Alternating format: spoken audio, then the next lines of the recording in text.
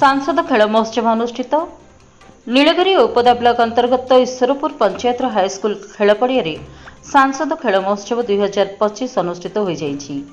उपदा block zone 2 अंतर्गत 5 खंड पंचायत अवस्थित समस्त हाईस्कूल छात्र छात्री माने उक्त खेल महोत्सव में अंशग्रहण करथिले। 100 मीटर 800 मीटर दौड़ खो खो भलीबॉल कबड्डी आदि खेल में पिला माने सामिल हेबा सह कृति प्रतियोगी मानक मानपत्र और ट्रॉफी प्रदान करा जायतिला।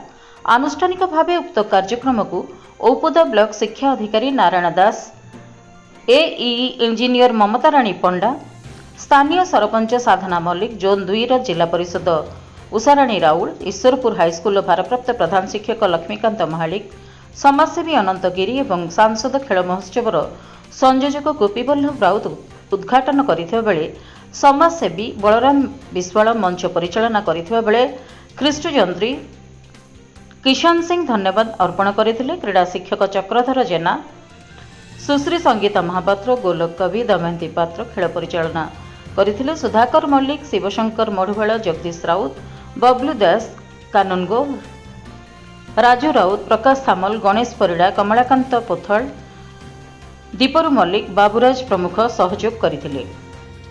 ब्यूरो रिपोर्ट, जन अधिकार लाइव।